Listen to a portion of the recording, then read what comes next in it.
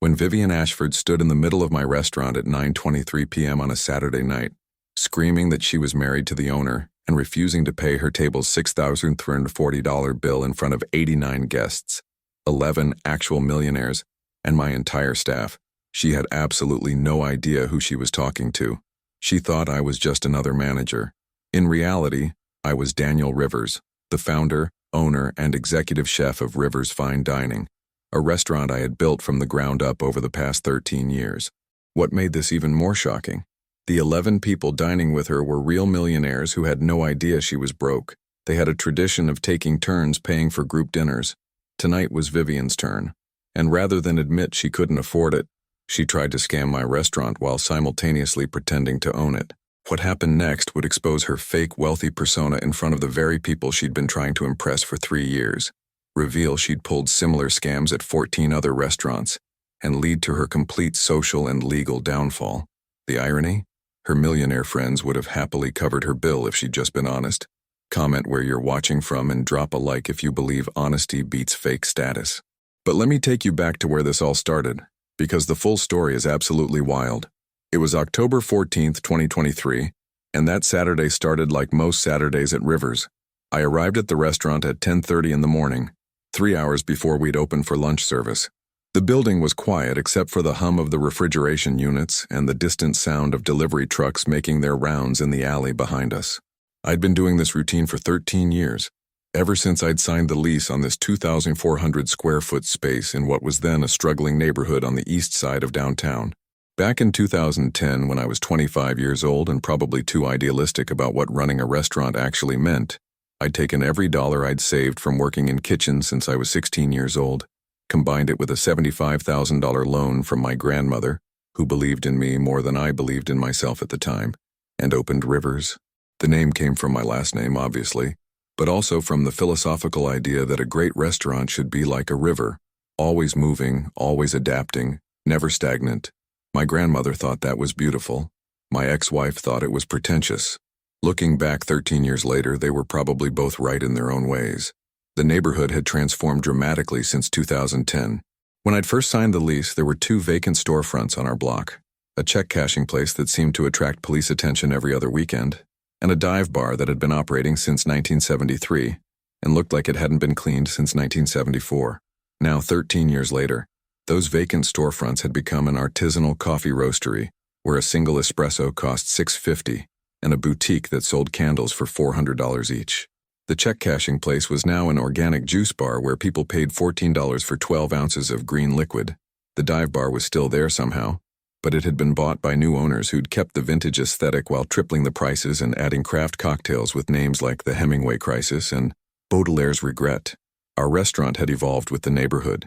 We started with 45 seats and an overly ambitious menu that tried to do French, Italian, and Asian fusion all at once, which in retrospect was culinary madness. Now we had 68 seats after a renovation in 2017, a focused seasonal menu that changed every 6 weeks, 1 Michelin-star that we'd earned in 2019 and somehow managed to keep for 4 consecutive years, and a 3-week waiting list for weekend reservations. We employed 23 people, 6 in the kitchen including myself, 11 front-of-house staff, 3 bartenders, 2 dishwashers, and 1 general manager named Patricia Chen, who'd been with me for 9 years and honestly ran the front-of-house better than I ever could. That morning, I went through my usual routine. I checked the walk-in refrigerator, verifying that our seafood delivery from the coast had arrived at 5 a.m. as scheduled, and that everything was properly stored at the correct temperatures and dated. I reviewed the prep list with my sous chef Marcus, who'd arrived at 9 a.m. and was already breaking down a whole heritage pig that we'd sourced from a farm 3 hours north of the city. I tasted the veal stock that had been reducing overnight, checking for depth of flavor and proper consistency. It was perfect, rich and silky with just the right amount of body, and I made a mental note to compliment whoever had been monitoring it during the previous night's service. By 1:30 p.m. we were in the middle of lunch service. We had 34 covers, which was light for a Saturday, but not unusual for early October, when many of our regular clientele were either traveling for fall vacations or focused on college football weekends. Everything was running with that smooth efficiency that happens when a kitchen team has worked together long enough that communication becomes almost telepathic. Orders were coming in at a manageable pace, The kitchen was humming with focused energy. No drama, no problems. Just good food being executed properly. Patricia came back to the kitchen around 2:15 p.m., just as lunch was winding down and we were starting to think about the transition to dinner prep. She had an expression on her face that I'd learned to recognize over 9 years of working together. It wasn't panic, because Patricia didn't panic. It wasn't quite concern either. It was more like intellectual curiosity mixed with a small amount of apprehension, which usually meant something interesting was about to happen.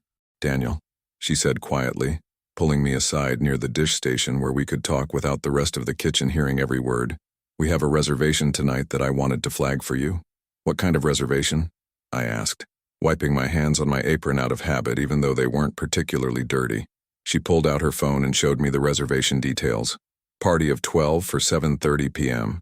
Reserved under the name Ashford, Vivian Ashford. They prepaid a $600 deposit, which we require for parties over 8 people to ensure they actually show up. Here's what caught my attention, though. The woman who made the reservation called again this morning at 10 a.m., before we even opened. She wanted to confirm that we had her reservation, that we'd received her deposit, and that we understood she wanted the chef's tasting menu for the entire table. That doesn't sound particularly unusual," I said. "People call to confirm reservations all the time, especially for larger parties." Patricia nodded. "You're right, except she also asked very specific questions about the tasting menu. She wanted to know the exact price, which is $485 per person. She asked if that included beverage pairings, and when I said no, beverage pairings are an additional $145 per person, she said that was fine. The whole table would do the beverage pairings. Then she asked about our reserve list, the premium bottles we keep that aren't on the regular menu. She specifically asked if we had any bottles in the $800 to $200 range. I started paying closer attention now. That level of specific questioning about high-end options could mean one of two things. Either this was someone who genuinely appreciated fine dining and wanted to ensure an exceptional experience, or this was someone who wanted to make sure we had expensive options available because they were planning something. The question was, what? "Did she order any of the reserve bottles?" I asked. "She did," Patricia said. "She ordered 3 bottles, the most expensive ones we have, one for $1,150, another for $1,080, and a third for $890. Total for just those 3 bottles is $3,320. Plus the tasting menu at $485 per person for 12 people, that's $5,820. Plus beverage pairings at $145 per person for 12 people, that's another $1,640. The total bill, before tax and gratuity, is going to be $10,980. I let out a low whistle. "That's a serious dinner." "It is," Patricia agreed, "which is why I wanted to flag it. In 9 years here, we've had plenty of large parties that spent significant money. We've had business dinners where companies dropped $15,000 without blinking. We've had celebrations where people ordered our most expensive everything. But there's something about this reservation that feels different. I can't quite articulate what it is. Just a feeling." I trusted Patricia's feelings. In 9 years, she'd developed an almost supernatural ability to sense when something was off about a reservation or a guest. She'd caught credit card fraud twice, identified 3 different groups trying to dine and dash before they could execute their plans, and once stopped a marriage proposal that would have gone horribly wrong because she'd overheard the girlfriend telling someone on the phone that she was planning to break up with her boyfriend the following week. "Keep an eye on the table tonight," I said. "If anything feels unusual once they're here, let me know immediately." "Already on it," Patricia said. The afternoon moved into evening.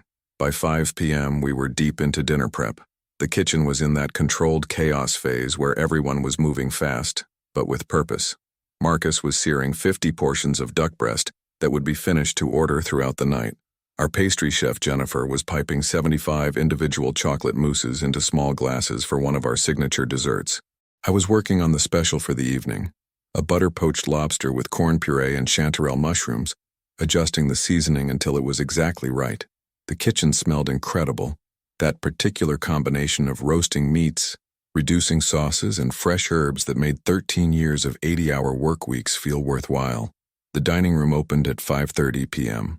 Our first reservations started arriving at 6 p.m., mostly early diners who like to eat before the rush and be home by 8:30. By 7 p.m., we were at about 75% capacity. The energy in the dining room was exactly what I loved. That perfect hum of conversation, the clink of glasses, the occasional burst of laughter, all underscored by the carefully curated jazz playlist we ran through our sound system. At 7:33 p.m., 3 minutes after their reservation time, the Ashford party arrived. I was in the kitchen expediting, calling out orders and making sure everything that left my kitchen met my standards, when Patricia's voice came through my headset. "Daniel," she said, and I could hear something in her tone. "The Ashford party is here, and you need to see this." "What's going on?" I asked, plating 3 orders of our seared scallops with brown butter and capers. She paused. "Come out when you have a second. You need to see this table." I handed off expediting to Marcus and walked through the kitchen, past the prep station and the dish area, through the narrow hallway that connected the back of house to the dining room. As I approached the front, I could see the Ashford party being seated at table 14, one of our larger tables positioned near the windows that overlooked the street. It was genuinely one of our best tables, spacious enough for 12 people without feeling cramped, with good natural light during early evening and a nice view of the neighborhood. The group itself was striking. 12 people, all impeccably dressed in that specific way that signaled real money rather than people trying to look wealthy. The men wore tailored suits that probably cost $3,000 to $5,000 each. The women wore dresses and jewelry that suggested they shopped at places where prices weren't displayed on tags. Everything about them, from their watches to their shoes, to the way they carried themselves, suggested this was a group accustomed to the finer things in life. And then there was Vivian Ashford. She was sitting at the head of the table, positioned so she could see the entire dining room. She was probably in her late 40s, with blonde hair styled in an elaborate updo that probably required 2 hours at a salon. She wore a deep emerald dress that was beautiful but, to my eye, looked slightly less expensive than what the other women at the table were wearing. Her jewelry sparkled impressively, but something about it suggested high-quality costume jewelry rather than the genuine articles the other women wore. She had this particular energy about her, a kind of performative confidence like someone who was working very hard to project an image of effortless wealth. I watched from near the bar as our sommelier, a young man named David, who'd been with us for 2 years and really knew his craft, approached the table to discuss their selections. The 3 reserve bottles were already on a side cart, ready to be served. David began explaining each bottle, its characteristics, why it would pair beautifully with the tasting menu. Vivian cut him off mid-sentence. Yes, I'm sure they're all wonderful," she said with a wave of her hand. "I've had bottles like these many times at my home. Just pour them. We're celebrating tonight." David, to his credit, didn't react to being dismissed. He simply nodded and began pouring the first bottle into the appropriate glasses. I noticed several people at the table exchanging glances, subtle looks that suggested this wasn't the first time they'd witnessed Vivian's behavior. Patricia appeared beside me. "You see what I mean?" she whispered. "I do," I said quietly. "What's the dynamic here? Do they all know each other?" "From what I've gathered listening to their conversation," Patricia said, "they're a social group that's been meeting monthly for about 3 years. They're all successful business people. The man at the far end, the one with the silver hair? That's Richard Morrison. He owns a chain of luxury car dealerships across the state. The woman next to him is Catherine Lynn. She's a real estate developer. I recognized her from a profile in the business section last month. She just closed a $340 million mixed-use development downtown. The others, I'm not sure exactly what they do, but based on their conversation and the way they carry themselves, they're all extremely successful." "And Vivian?" I asked. Patricia shook her head slightly. "That's the interesting part. She's talking like she's one of them, like she's at their level, but there's something performative about it. She name-drops a lot. She mentions properties, vacations, memberships at exclusive clubs, but the others don't really engage when she does it. They're polite, but it feels forced." I watched the table for another minute. The tasting menu had begun arriving, starting with our amuse-bouche, a small sphere of truffle foam with compressed pear. The group was clearly enjoying the food, having those quiet conversations that happen when people are focused on an exceptional meal. Vivian, however, was talking constantly, louder than necessary, making sure her voice carried to nearby tables. I returned to the kitchen and dove back into the intensity of Saturday night service. Orders were coming in fast now. We were at full capacity, 68 seats all occupied, with a waiting list of people hoping for cancellations. The kitchen was controlled chaos, the way I liked it. Tickets printing, pans searing, sauces reducing, everything moving with purpose and precision. Over the next 90 minutes, I was only vaguely aware of the Ashford table. Patricia kept me updated through the headset. They'd moved through the 7-course tasting menu. Every course had been executed perfectly. David had served all 3 reserve bottles. The table seemed happy. Everything appeared to be going smoothly.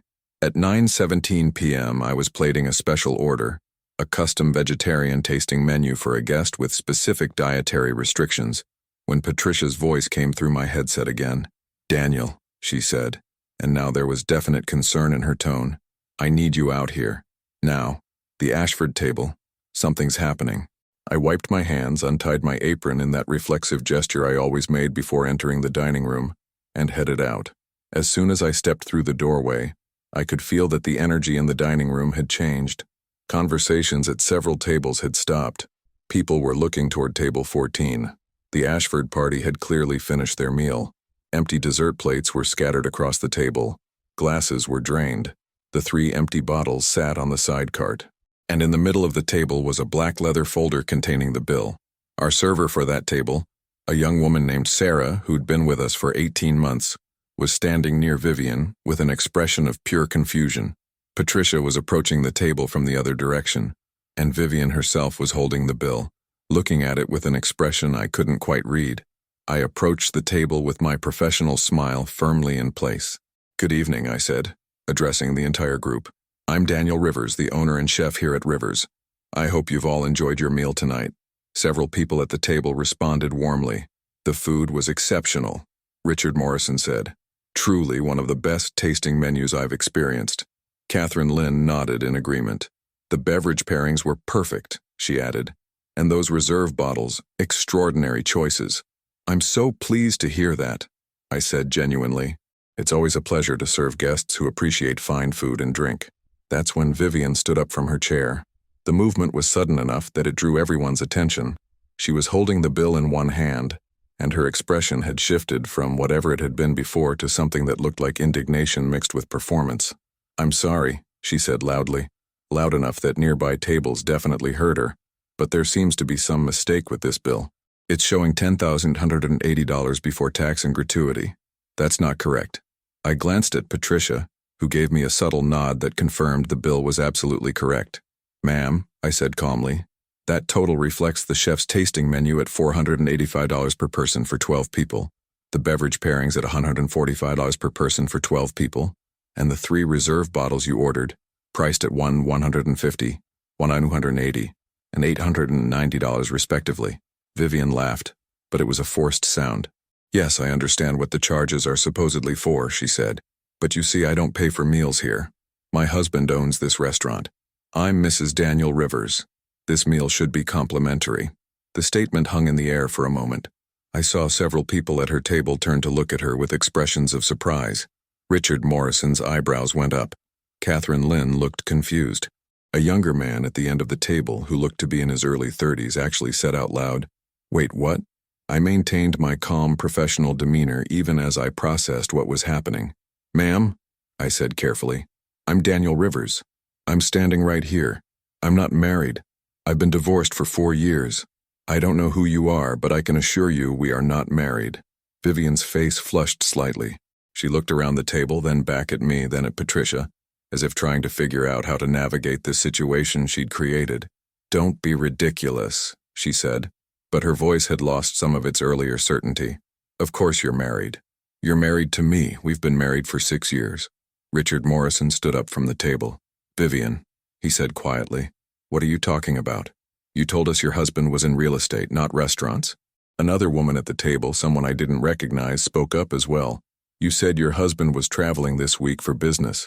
In Singapore." Vivian spun to face them. "He," she gestured at me, "is playing some kind of game.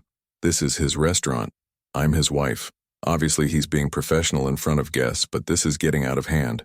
I pulled out my phone and opened our reservation system. "Ms. Ashford," I said, showing her the screen, "this is your reservation. Made 3 days ago under the name Vivian Ashford. You paid a $600 deposit, which we require for large parties. I have no record of you ever dining here before tonight, and I can absolutely guarantee you that we are not married, because I would remember marrying someone." A man at the table, probably in his 50s, wearing a suit that probably cost more than my car, stood up as well. "Vivian," he said, his voice low but firm. "What is going on here? Whose turn is it to pay tonight?"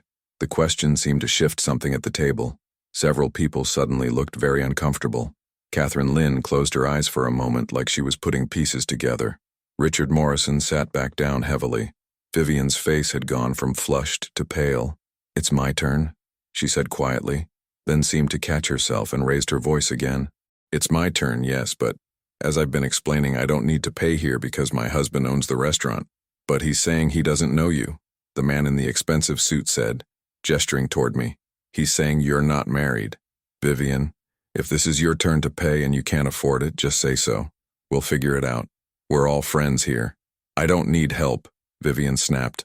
"I'm trying to explain to all of you that there's been a misunderstanding. This man," she pointed at me again, "clearly doesn't recognize his own wife. Perhaps he's confused." The accusation that I was confused was bold, considering I was standing there completely clear-headed while she was the one claiming to be married to someone she'd never met. "Ma'am," I said, and I deliberately kept my tone neutral and professional. "I'm going to say this one final time, as clearly as possible. I am Daniel Rivers. I have owned this restaurant for 13 years. I am not married to you. We have never met before tonight. You have consumed $10,180 worth of food and beverages. You need to pay for that meal." The dining room had gone almost completely silent now. Even tables on the far side of the room had stopped their conversations to watch what was unfolding. I could see our staff hovering nervously, unsure what to do. Vivian looked around desperately, at the people at her table who were now all staring at her with varying degrees of confusion and concern, at the other diners who were watching the scene, at Patricia and me and our staff. I could see the moment she made a decision, and it was the wrong one. "You know what?" she said loudly, gathering her purse and coat. "This is absolutely ridiculous. I will not be treated this way in my own husband's restaurant." She looked at her table. "We're leaving. All of us. This is outrageous." But nobody moved. Not a single person from her table stood up to leave with her. Instead, Richard Morrison spoke up. "Vivian," he said firmly, "sit down. We need to talk about this. And someone needs to pay this bill." "I don't need to sit down, and I certainly don't need to pay," Vivian said. Her voice was getting higher, more strained. "I am married to the owner. I've explained this multiple times. If you people can't understand that, that's not my problem." Catherine Lynn stood up then, and she had that particular energy of someone who'd reached the end of their patience. "Vivian," she said, her voice cutting through the tension, "stop. Just stop. We've been doing these dinners together for 3 years. We all take turns paying. It's your turn tonight. If you can't afford it, just say so. But don't stand here and lie to us. To the staff. To everyone in this restaurant. I'm not lying," Vivian said, but her voice cracked on the word lying. "Then why have you never mentioned being married to a restaurant owner before?" Catherine continued. "In 3 years, you've told us your husband works in different fields. You've said he travels constantly. You've said he's out of the country this week. But now suddenly he's here. He owns this restaurant, and he's saying he's never met you before. Vivian, what's really going on?" The question hung in the air. I watched Vivian's face cycle through emotions, anger to panic to something that looked almost like desperation. For a moment I thought she might actually tell the truth, might admit whatever was really happening. But instead, she doubled down. "I don't have to explain myself to you people," she said. "You clearly don't understand how things work at this level. My husband," she gestured at me again, "is obviously testing his staff, seeing how they handle difficult situations. This is all very amusing, but I'm done with it. We're leaving." She started walking toward the exit. This time, nobody from her table even pretended to follow. They all sat there, looking embarrassed and confused and angry. Patricia stepped in front of Vivian before she could reach the door. "Ma'am," she said politely but firmly, "there's an outstanding bill for $10,180. Someone needs to pay it before anyone leaves." "Get out of my way," Vivian said. "I'm calling my lawyer. I'm calling the police. This is harassment." "Please do call the police," Patricia said calmly. "I think they'd be very interested in this situation." That seemed to rattle Vivian. She stopped moving toward the door. "What do you mean by that?" she demanded. Patricia looked at me, silently asking for permission to continue. I nodded. Patricia pulled out her phone. "While you've been dining tonight," she said, I did something I always do when I have a bad feeling about a reservation. I reached out to other restaurant owners in the area, friends in the industry. I asked if anyone had heard of Vivian Ashford. And you know what? 3 different people responded. They all told me the same story. A woman matching your description came to their restaurants, ordered expensive meals, and then tried to claim she was connected to ownership and shouldn't have to pay. That's not true, Vivian said, but her voice had lost all its earlier confidence. At Marcella's, Patricia continued, you said you were the owner's sister. At Stella's, you claimed to be a food critic and demanded a complimentary tasting menu. At Bridges, you said you were a consultant hired by the ownership group. Should I go on? The dining room was completely silent now. Even the background music seemed too loud. Everyone was watching this confrontation unfold. Richard Morrison stood up again. Vivian, he said, and his voice was sad rather than angry. Is this true? Have you been lying to us this whole time? About your money? About your status? About everything? Vivian spun to face him. No, she said desperately. They're lying. They're all lying. She stopped, seeming to realize there was no believable explanation she could offer. I stepped forward. Ms. Ashford, I said quietly, here's what's going to happen. You have 2 options. Option 1, someone at this table pays the bill right now and you leave quietly. Option 2, I call the police, file a formal complaint for attempted theft of services and fraud, and we resolve this officially. Those are your only 2 options. The man in the expensive suit reached into his jacket and pulled out a wallet. He extracted a black credit card, the kind that has no preset spending limit, and handed it to Sarah, our server. Put it on this, he said quietly. The whole bill, plus a 25% tip for the staff having to deal with this nightmare. Thank you, sir, Sarah said, taking the card with obvious relief. Vivian turned to face the man who'd just paid. Daniel, she said, and I realized he shared my first name. You don't have to do that. I can explain. No, Vivian, Daniel said tiredly. You can't explain. Because there's no explanation that makes sense. In the 3 years we've known you, you've told us so many stories.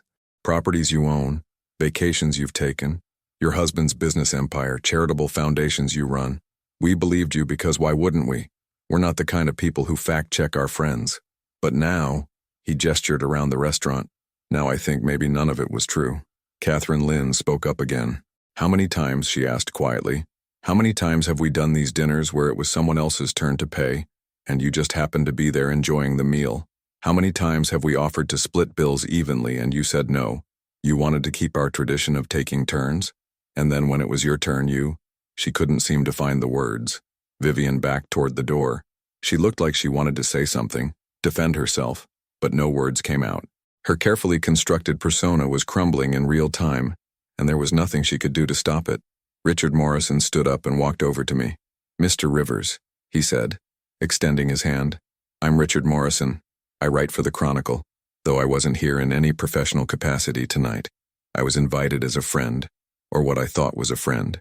I want to apologize for this entire situation, and I want to thank you for handling it with such professionalism. We shook hands. You have nothing to apologize for, I said. You were deceived just as much as my restaurant was. Still, he said, he looked back at Vivian, who was standing near the door, looking completely defeated. This is one of the most bizarre things I've ever witnessed. And I've been covering restaurants for 22 years. Sarah returned with the credit card and receipt. The other Daniel signed it, adding a tip that brought the total to $1,360. Thank you again, he said to Sarah. And please, he turned to me. I'm so sorry this happened at your establishment. The group started gathering their things, preparing to leave. Several of them approached me individually to apologize, even though they'd done nothing wrong. Catherine Lynn shook my hand and pressed her business card into it. If you ever need anything, she said, please don't hesitate to call.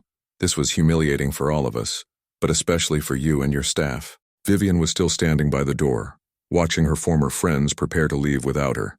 Richard Morrison approached her one final time. Vivian, he said quietly, I don't know what you were thinking. I don't know what your real situation is. But if you'd just been honest, if you'd just told us you were struggling financially or couldn't afford your turn tonight, we would have helped you. All of us would have helped you. But instead, you lied. You manipulated us. You tried to commit fraud. And now, he shook his head, now I don't think any of us can trust you again. Vivian's eyes were wet. but I couldn't tell if those were genuine tears or another performance. "I didn't mean for it to be like this," she said quietly. "Then what did you mean for it to be like?" Richard asked. "Because from where I'm standing, you invited 11 people to an expensive restaurant, ordered the most expensive menu and bottles, ran up a bill of nearly $11,000, and then tried to scam your way out of paying on your turn. What was the plan, Vivian? Were you going to keep doing this forever?" She didn't answer. The group left, walking past her without another word. The door closed behind them, and Vivian stood there alone in my restaurant lobby, looking small and lost in her expensive dress and costume jewelry. Patricia approached her gently. "Ms. Ashford," she said, "you should leave now. The bill has been paid. There's nothing else to discuss."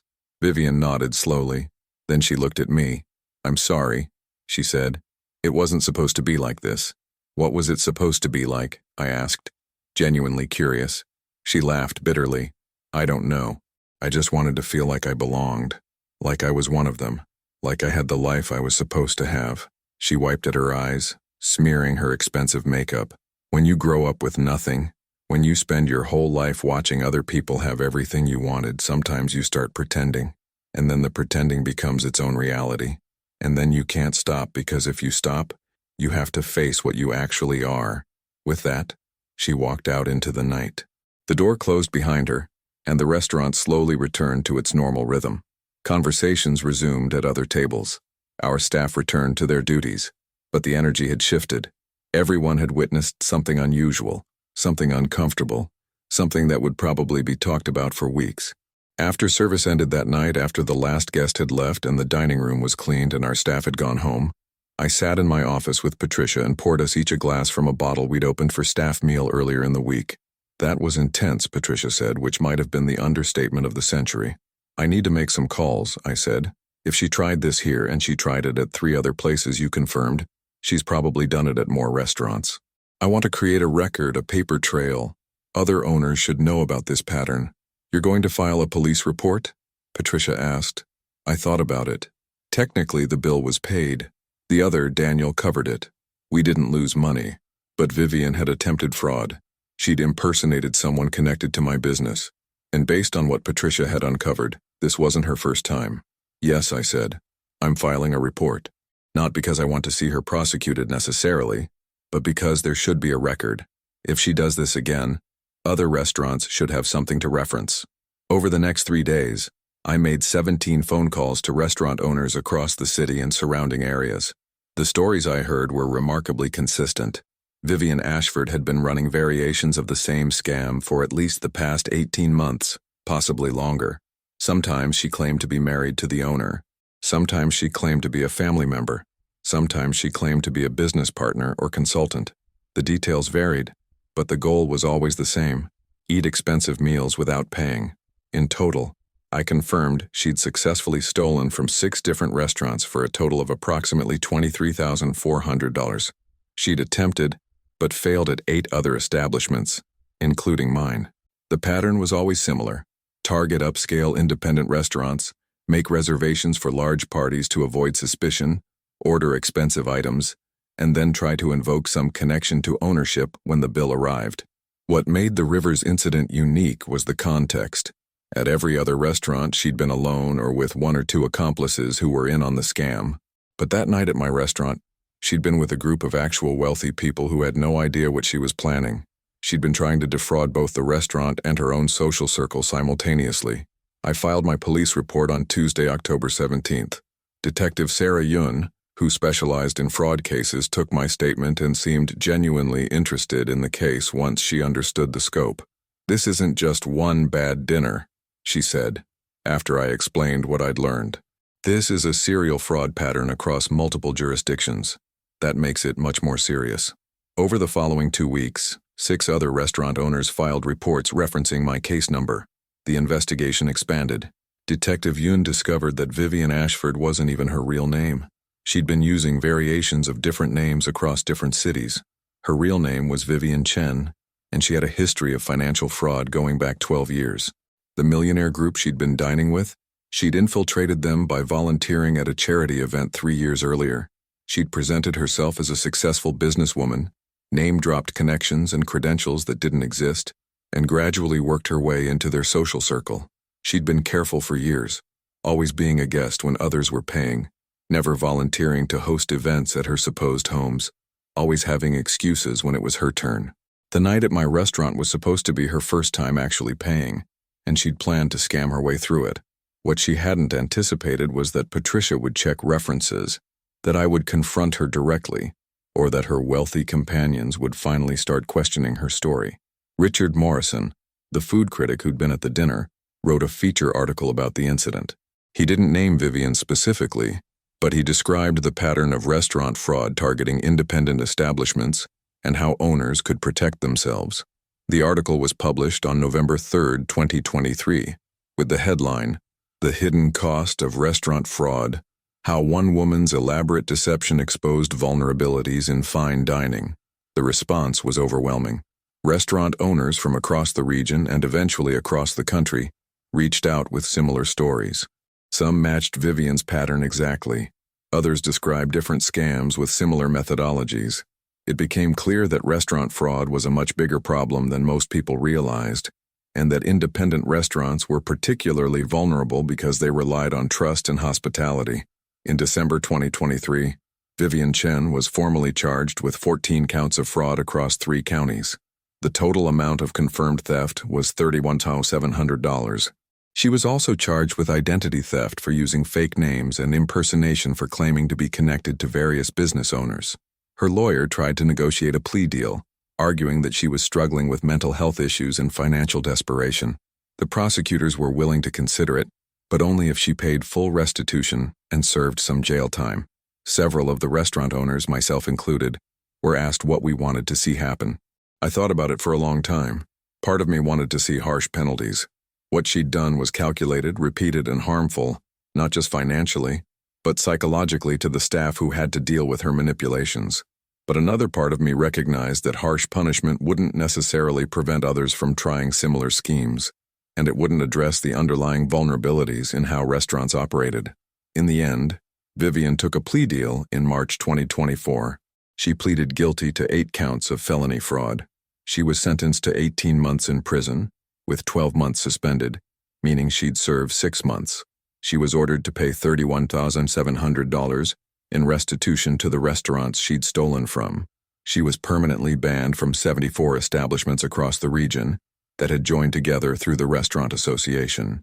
She also had to write individual apology letters to each restaurant owner, though when I received mine, it was clear it had been written by her lawyer. It was full of passive language and vague regrets, nothing that actually took responsibility or showed genuine remorse. The Millionaire social group she'd been part of, they disbanded their monthly dinners. Catherine Lynn told me later, when she came back to Rivers for a legitimate dinner a few months after the incident, that the experience had broken something fundamental in their trust.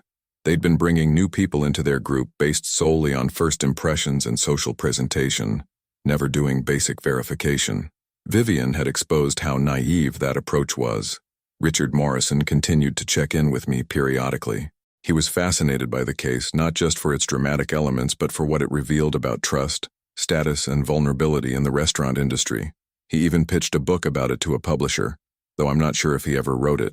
For me, the experience changed how I operated my restaurant in small but significant ways. I didn't become cynical or suspicious of every guest. That would have destroyed the hospitality that made Rivers special. But I did become more observant, more willing to trust staff instincts when something felt off, more willing to verify extraordinary claims before accommodating them. I also implemented new policies. Deposits for large parties became non-refundable unless canceled at least 48 hours in advance. We started keeping more detailed records of problematic guests and sharing that information with other restaurants through the association. We trained staff on red flags, on how to handle difficult situations, on when to escalate concerns to management. Most importantly, I learned that boundaries weren't antithetical to hospitality. They were actually essential to it. You can't maintain a welcoming, generous environment if people are actively taking advantage of that generosity, sometimes saying no, sometimes enforcing rules, sometimes confronting bad behavior. Those weren't failures of hospitality. They were protections that allowed genuine hospitality to continue. About 8 months after the incident, on a quiet Tuesday evening in June 2024, A young woman came into Rivers for dinner alone. She ordered simply, paid her bill without issue, and as she was leaving, she stopped at the host stand where Patricia was working. "Excuse me," she said nervously. "I wanted to ask you something. I'm opening my own restaurant in 3 months. Just a small place, 40 seats. And I'm terrified. Not of the cooking or the business side, but of situations I don't know how to handle. I read about what happened here last year, with that woman who tried to scam you. My culinary school teacher actually used your case as an example in our restaurant management class. I was wondering if you had any advice for someone just starting out." Patricia called me out from the kitchen. I sat down with this young chef whose name was Amy Park, and we talked for over an hour. I told her everything I'd learned, not just about the specific incident with Vivian, but about running a restaurant with integrity, about setting boundaries, about balancing hospitality with protection, about when to accommodate and when to stand firm. She took notes in a worn notebook, asking thoughtful questions, clearly trying to absorb everything. Before she left, she shook my hand. "Thank you so much," she said. "You probably just saved me from making a lot of expensive mistakes. And you reminded me that standing up for yourself and your business doesn't make you a bad person. It actually makes you a better restaurant owner." Watching her walk out into the summer evening, I realized something important. The point of what happened with Vivian Chen wasn't to destroy her or to get revenge. The point wasn't even really about justice, though that mattered. The point was to learn something valuable that could be shared with others, to develop systems that could protect people coming after me, to build a community of restaurant owners who looked out for each other and didn't let pride or embarrassment prevent them from reporting fraud. I never started a foundation or launched a crusade against restaurant fraud. I didn't write a manual or create an official training program. I just ran my restaurant with clearer boundaries, shared information when asked, and tried to help the people who came after me avoid the mistakes I'd made or the situations I'd handled imperfectly. Rivers is still open today, more than a year after the incident. We still have our Michelin-star. We're still booking 3 weeks out for weekend reservations. Our staff, many of whom were there that night, still talk about the Vivian incident occasionally, usually when training new employees about how to handle difficult guests. It's become part of our restaurant's oral history, a story that gets told with a mixture of disbelief and dark humor. And me? I'm still here 6 days a week, doing the work I love, cooking beautiful food, creating memorable experiences, running a business that I built from nothing 13 years ago. The difference now is that I trust my instincts more. When something feels wrong, I investigate. When someone makes extraordinary claims, I verify. When a situation requires me to set a boundary or say no, I do it without guilt. That simple ability to protect myself and my business, to stand up for what's right even when it's uncomfortable, to balance generosity with wisdom, it's made all the difference. Not just in preventing fraud, but in creating an environment where my staff feels supported, where genuine guests feel welcomed, and where bad actors know they can't operate with impunity. The most valuable lesson I learned from Vivian Chen wasn't about fraud prevention or restaurant management. It was about authenticity and integrity. She spent 3 years pretending to be someone she wasn't, building an elaborate facade of wealth and status, all because she thought that's what would make her happy or accepted or successful. And in the end, that facade destroyed the few genuine relationships she'd managed to build. Meanwhile, I'd spent 13 years being exactly who I am, a chef who loves cooking, a business owner who works too many hours, a divorced guy who drives a Honda Civic and lives in a modest apartment because I put all my money into my restaurant. I'm not wealthy by the standards of the people who were at Vivian's table that night, but I'm successful in the ways that actually matter. I built something real. I created something that matters to people. I did it honestly. And that authenticity, that commitment to being genuine even when it would be easier to pretend, that's what made the difference when crisis came. I didn't have to remember lies or maintain facades. I just had to tell the truth. I am Daniel Rivers. I own this restaurant. I'm not married to you. Simple, direct, undeniable. If this story reminded you that authenticity always beats performance, that boundaries are essential to sustainable hospitality, and that the truth always surfaces eventually, hit that like button, subscribe, and ring that bell. I'd love to hear in the comments. Have you ever had to stand up to someone who was lying or manipulating to get what they wanted? How did you handle it? Thank you for watching, and remember, you don't need to pretend to be someone else to be worthy of respect. The strength to be genuinely yourself, to set clear boundaries and to stand up for what's right, that's the only status that actually matters. See you in the next one.